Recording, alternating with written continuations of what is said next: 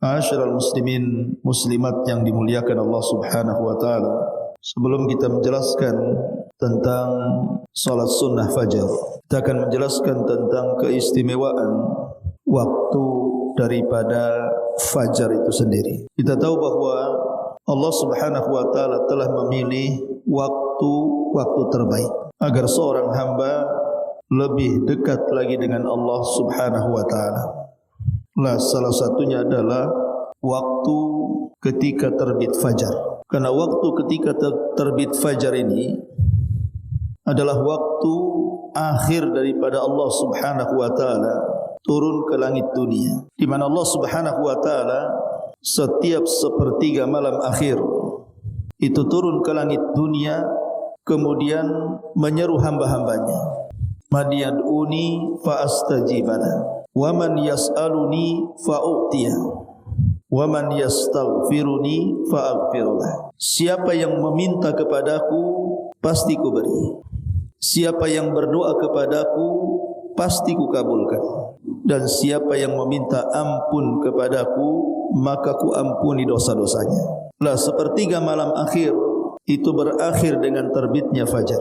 Artinya kalau orang bisa bangun sebelum subuh, ada kesempatan dia untuk meminta sesuatu kepada Allah, untuk berdoa kepada Allah, dan untuk memperbanyak istighfar kepada Allah Subhanahu wa taala.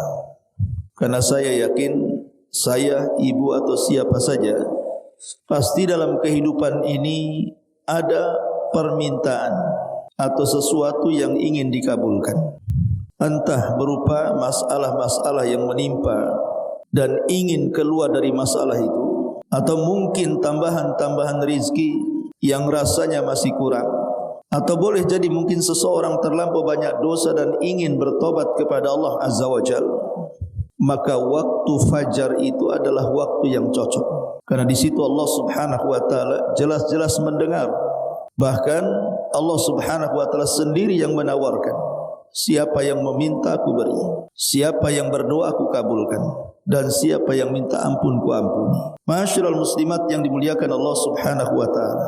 Dan orang yang bangun sebelum fajar, karena kita tahu bahwa salat sunnah fajar itu dilakukan setelah berkumandang azan, sebelum melaksanakan salat subuh. Disitulah waktu seseorang melaksanakan sunnah fajar. Artinya orang yang melaksanakan sunnah fajar ini harus bangun sebelum azan. Dan siapa yang terbangun setelah azan atau sebelum azan, maka dia sedang mengurai ikatan-ikatan syaitan.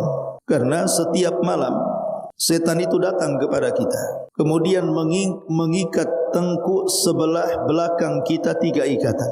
Gunanya adalah supaya kita melalaikan kewajiban, tidak bangun di waktu fajar. Dan itu target daripada syaitan, melalaikan hamba-hamba Allah untuk beribadah di waktu fajar. Makanya orang yang bangun sebelum salat fajar, maka dia telah mengurai satu persatu dari 3 ikatan syaitan itu. Dan kalau dia berhasil mengurai 3 ikatan itu, maka Nabi SAW menjanjikan 2 perkara. Pertama, tayyibun nafsi, jiwanya akan baik, jiwanya tidak akan kotor, jiwanya tidak akan terserang penyakit-penyakit hati. Yang kedua, nasyatan, dan jiwanya serta badannya akan semangat, tidak akan ada masalah yang menimpanya. Sekalipun ada masalah, dia sanggup menghadapinya, dan dia memiliki cita-cita ke depan.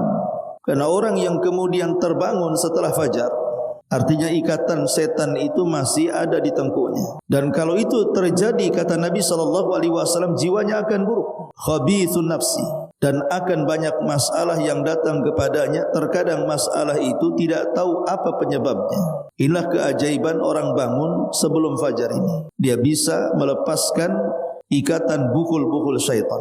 Ma'asyiral muslimat yang dimuliakan Allah Subhanahu wa taala. Belum lagi Nabi SAW menyebutkan fadilahnya, di mana orang yang berusaha bangun sebelum fajar dan dia bisa melaksanakan sunnah fajar sebelum melaksanakan subuh, Berdasarkan hadis Nabi SAW yang dicantumkan dalam kitab ini, Nabi mengatakan raka'atal fajri khairun minad dunya wa ma fiha. 2 rakaat salat sunnah fajar itu nilainya lebih baik dibandingkan dunia dan seluruh isinya. Kita tahu dunia dan isinya ini macam-macam di dalamnya, dari segala macam kenikmatan yang diinginkan manusia. Apakah rumah yang megah, kendaraan yang mewah, uang yang melimpah, dan begitu seterusnya. Tapi 2 rakaat fajar jauh lebih baik daripada itu semua. Kalau sunnahnya saja sedemikian tinggi keutamaannya, macam mana pula dengan subuhnya? Ma'asyiral muslimat yang dimuliakan Allah Subhanahu wa taala. Makanya Rasul sampai mengatakan la tada'u rak'atai al-fajri wa in taradatkumul khairu, kata Rasul. Janganlah kalian meninggalkan 2 rakaat sunnah fajar sekalipun kamu sedang dikejar-kejar oleh kuda musuhmu. Ma'asyiral muslimat yang dimuliakan Allah Subhanahu wa taala, lebih daripada itu, kalau ibu bisa bangun sebelum fajar, kemudian bisa melaksanakan 2 rakaat fajar dan juga salat subuh, maka Nabi SAW sampai mengatakan man shallal baradaini dakhalal jannah. Man shallal baradaini dakhalal jannah. Barang siapa yang menjaga 2 salat dingin, maka dia akan masuk ke dalam surga. Maksudnya 2 salat dingin adalah salat subuh dan salat asar. Maksudnya salat dingin adalah salat subuh dan salat asar, karena waktu itu sudah waktu yang dingin, tidak panas. Bahkan Nabi SAW sampai mengatakan la yalijin nar ahadun shalla qabla tulu'i syamsi wa qabla ghurubiha. Tidak akan disentuh api neraka seseorang yang bisa salat sebelum terbitnya matahari alias salat fajar dan sebelum terbenamnya alias salat asar.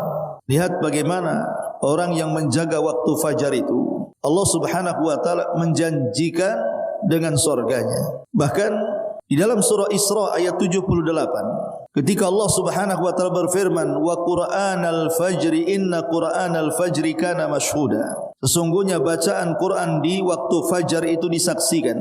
Maka Ibnu Abbas radhiyallahu anhu dan para ahli tafsir yang lainnya mengatakan bahwa yang dimaksud disaksikan di sini maksudnya adalah para malaikat malam dan para malaikat siang menyaksikan orang yang melaksanakan salat fajar itu. Karena hadis Nabi SAW mengatakan yata'aqabuna fikumul malaikatul laili wa malaikatul nahar. Allah Subhanahu wa taala menugaskan bergantian para malaikat, ada yang bertugas di malam hari, ada yang bertugas di siang hari. Dan 2 para malaikat ini diperintahkan untuk mencatat kebaikan, kemudian langsung melaporkan dalam hari itu kepada Allah Subhanahu wa taala. Kemudian Rasul mengatakan wa yajtami'una fi salatil fajri wa salatil asri. Dan malaikat malam dan siang ini akan berjumpa di 2 salat.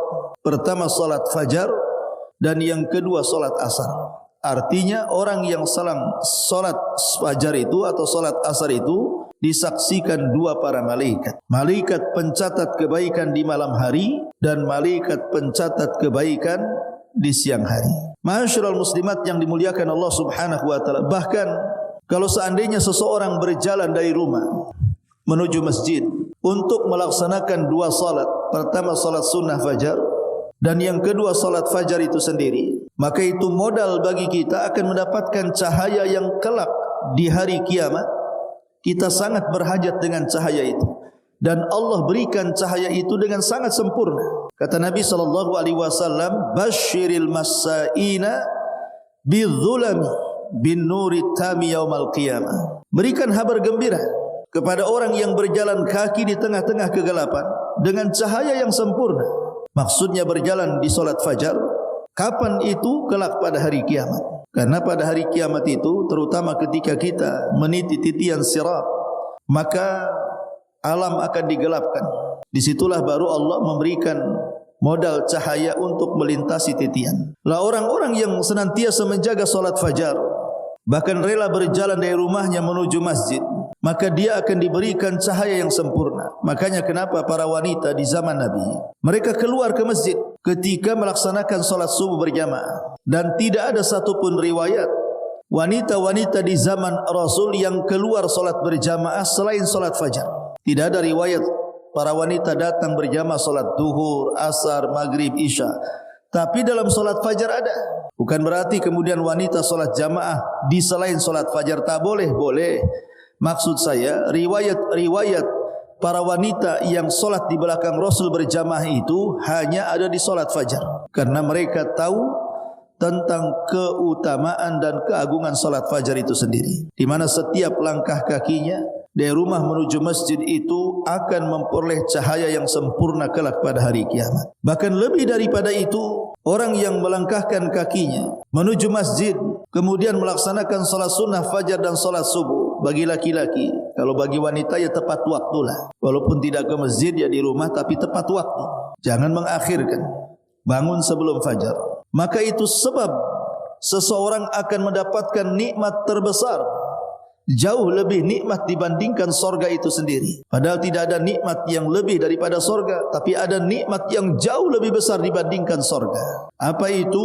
Ru'yatullahi azza wa jalla. Dihadiahkan mampu memandang wajah Allah subhanahu wa ta'ala. Makanya dalam sebuah hadis yang dikeluarkan Bukhari Muslim dan disepakati keduanya, Nabi SAW mengatakan, innakum satarawna rabbakum kama tarawna hadzal qamara la tudhamuna fi ru'yati. Sungguh kalian akan melihat Rabb kalian seperti kalian melihat bulan tanpa berdesak-desakan saat melihatnya. Kemudian Nabi mengatakan, fa in istata'tum alla taghlibu ala salati qabla tulu'i syamsi wa qabla ghurubiha faf'alu. Kemudian Rasul mengatakan, kalau kalian mampu dan berusaha untuk menjaga salat sebelum terbit matahari atau sebelum terbenamnya, lakukanlah. Kemudian Nabi SAW membaca ayat wasabbih bihamdi rabbika qabla tulu'i syamsi wa qabla ghurub, surah Qaf. Dan hadis ini disepakati Bukhari Muslim. Dari hadis ini kata para ulama bahwa orang yang menjaga salat fajar maka dia akan dihadiahkan mampu memandang wajah Allah subhanahu wa ta'ala kelak pada hari kiamat. Ma'asyiral muslimat yang dimuliakan Allah subhanahu wa ta'ala, lebih daripada itu, kalau kita bisa melaksanakan salat sunnah fajar, kemudian salat fajar juga, salat subuh, maka itu alamat daripada alamat-alamat kita ini akan terlepas dari sifat-sifat nifaq, sifat-sifat kemunafikan. Karena ada dua salat yang menjadi berat orang-orang munafik melakukannya. Sebagaimana hadis Nabi SAW yang dikeluarkan Bukhari Muslim dari hadis Abi Hurairah radhiyallahu an, Nabi mengatakan, inna athqalas salati 'alal munafikin salatul isya'i wa salatul fajri law ya'lamuna ma fihima la atauhuma walau habwan. Sesungguhnya salat yang paling berat bagi orang-orang munafik adalah salat isya dan salat fajar. Kalau mereka orang munafik paham tentang pahala yang besar di balik keduanya, maka dipastikan mereka akan datang walaupun sambil merangkak. Al-Hafidh Ibnu Hajar rahimahullahu ta'ala memberikan alasan kenapa orang munafik itu berat melaksanakan dua salat ini. Liquwati da'i ila tarkiha. Karena mereka malas di waktu-waktu ini untuk mengerjakannya sehingga cenderung meninggalkannya. Karena di waktu isya sudah malam ngantuk, ingin tidur karena lelah bekerja seharian, sementara subuh lagi enak-enaknya tidur, tiba-tiba dibangunkan untuk melaksanakan subuh. Maka tidak ada yang sanggup kemudian menjaga dua salat ini kecuali orang-orang yang dirahmati Allah. Adapun orang-orang yang dalam hatinya penuh dengan nifaq, maka mereka akan sulit bangun melaksanakan salat fajar. Ma'asyiral muslimat yang dimuliakan Allah subhanahu wa ta'ala. Kemudian juga salat ini juga, salat sunnah fajar dan salat fajar, biasanya orang yang melaksanakan dua salat ini, maka dia akan menjaga waktu paginya. Biasanya orang yang melaksanakan salat sunnah fajar kemudian disusul dengan salat subuh, biasanya dia bisa menjaga waktu pagi dari terbit fajar sampai terbit matahari. Dan itu waktu yang sangat istimewa. Waktu di mana Allah subhanahu wa ta'ala mengijabah doa-doa orang-orang yang berdoa. Makanya Nabi SAW menganggap waktu di antara subuh dan terbit matahari itu adalah waktu berkah. Dan itu hanya bisa diperoleh oleh orang-orang yang menjaga salat sunnah fajar dan salat fajar. Kata Nabi SAW sambil mendoakan umatnya, Allahumma barik li ummati fi bukuriha. ya Allah berkahi umatku di waktu paginya. Kenapa di waktu itu sangat berkah sekali? Karena Nabi SAW selalu diberikan pertolongan oleh Allah Subhanahu wa taala dalam setiap peperangannya dengan angin yang disebut dengan Saba. Kata Nabi SAW, nusirtu bis Saba wa uhlikatil adu bid dabur. Aku ditolong dengan angin Saba. Makanya kenapa Allah Subhanahu wa taala menjelaskan dalam surah Al-Adiyat, di mana Allah mengatakan wal adiyati dhabha fal muriyati qadha fal mughirati subha. Fal mughirati subha, di mana kuda-kuda perang itu menyerang di waktu subuh. Karena kebiasaan Nabi SAW apabila hendak menyerang sebuah kaum dari musuh-musuhnya, maka Rasul akan mengintai apakah di daerah itu ada azan subuh atau tidak. Kalau ada azan subuh, maka Rasul akan tinggalkan tempat itu, menunjukkan bahwa daerah itu adalah daerah muslim. Tapi kalau tidak terdengar azan subuh, menunjukkan daerah itu tidak ada muslimnya, maka Rasul akan menyerangnya setelah salat fajar. Dan selalu Rasul ditolong oleh Allah di waktu itu dan selalu dimenangkan. Kenapa? Karena di waktu itu ada angin yang penuh dengan berkah yang disebut dengan angin Saba. Makanya kenapa para ulama menganjurkan seseorang itu jangan tidur setelah subuh sampai terbit matahari. Artinya jangan dibiasakan kecuali karena darurat. Mungkin malamnya kurang tidur atau ngantuk berat. Tapi kalau dibiasakan tidur setelah selepas subuh itu sama dengan meniadakan berkah dalam kehidupannya. Ma'asyiral muslimat yang dimuliakan Allah Subhanahu wa taala, intinya bahwa waktu pagi itu adalah waktu berkahnya rizki yang Allah akan anugerahkan kepada kita, dan waktu itu juga adalah waktu yang sangat berkah untuk berdoa, meminta kebaikan kepada Allah, baik untuk anak-anak, baik untuk keluarga, baik untuk usaha, dan begitu seterusnya. Ma'asyiral muslimat yang dimuliakan Allah Subhanahu wa taala, maka jangan sampai kemudian seseorang melalaikan salat sunnah fajar, apalagi salat fajar. Karena bagaimanapun Allah Subhanahu wa taala berfirman, fawailun lil musallin alladzina hum an salatihim sahun. Celaka orang-orang yang salat. Siapa mereka? Orang-orang yang ketika solatnya mereka sahur. Para ulama tafsir mengatakan sahur di sini artinya ta'khiru min mawaqitiha, mengakhir-akhirkan di luar waktunya atau sudah mendekati habis waktunya. Umpamanya dia bangun subuh di jam 6, itu kan sudah akhir-akhir itu, mau terbit matahari. Ma'asyiral muslimat yang dimuliakan Allah Subhanahu wa taala, maka jangan sampai kemudian seseorang meninggalkan dua salat ini. Karena siapa yang menjaga salat ini, Allah akan berikan perlindungan. Siapapun yang menjaga salat sunnah fajar dan salat fajar, maka Allah Subhanahu wa taala akan memberikan perlindungan dalam satu harinya. Kata Nabi SAW, man shalla salata subhi fahuwa fi dhimmatillah. Barang siapa yang melaksanakan salat subuh, maka dia berada dalam lindungan Allah Subhanahu wa taala, artinya dalam penjagaannya, dalam pemeliharaannya. Jadi kalau dia melaksanakan salat subuh satu hari itu, tidak akan ada yang mencelakakan dia. Baik orang yang hasad kepada kita, orang yang dengki saat mendengki kepada kita, para penyihir yang sedang menyihir kita, atau orang-orang zalim yang hendak mencelakakan kita. Maka dalam satu hari orang yang bisa menjaga salat fajar, maka Allah akan jaga, Allah akan lindungi dari setiap keburukan yang diciptakannya yang akan mengenai orang yang menjaga salat subuh ini. Dan ini sebuah keistimewaan yang luar biasa.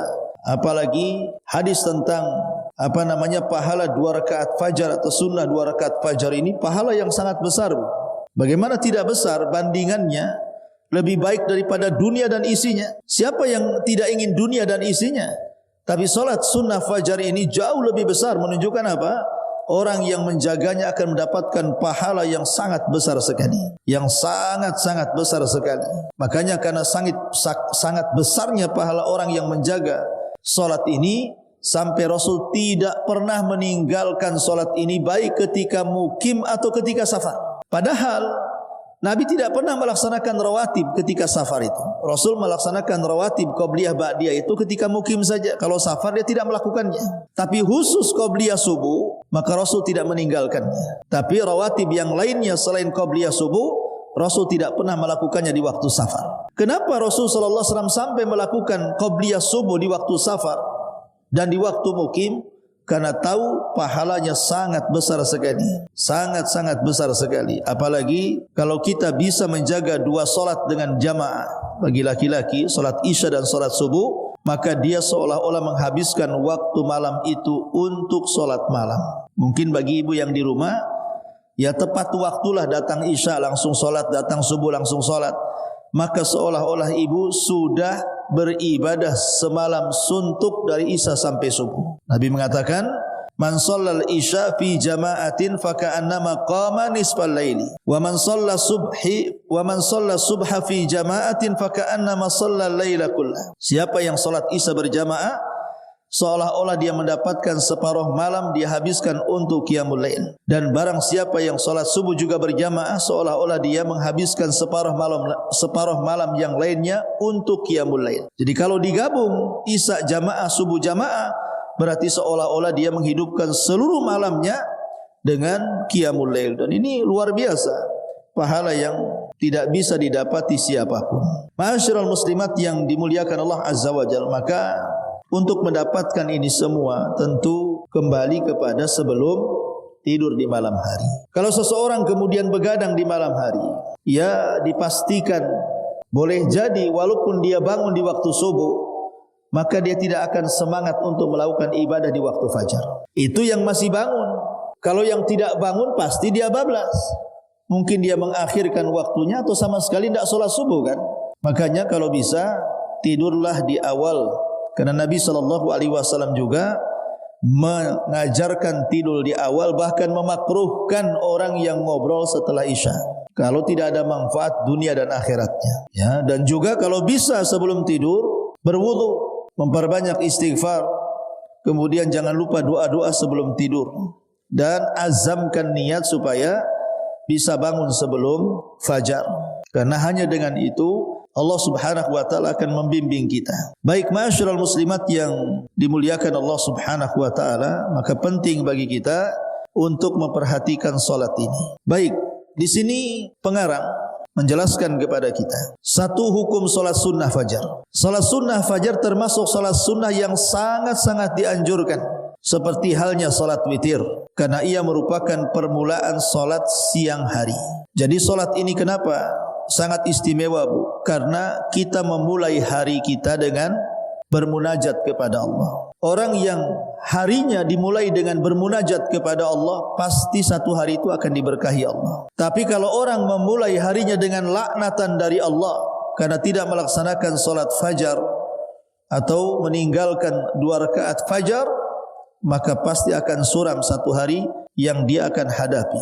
Maka dengan kita bangun kemudian bisa melaksanakan salat sunnah fajar, kemudian disusul dengan salat fajar, salat subuh, maka dia telah memulai harinya dengan sesuatu yang sangat indah, bermunajat dan beribadah kepada Allah Subhanahu wa taala. Nabi sallallahu alaihi wasallam menguatkannya melalui tindakannya, di mana beliau senantiasa memelihara 2 salat ini dan tidak pernah meninggalkannya sama sekali.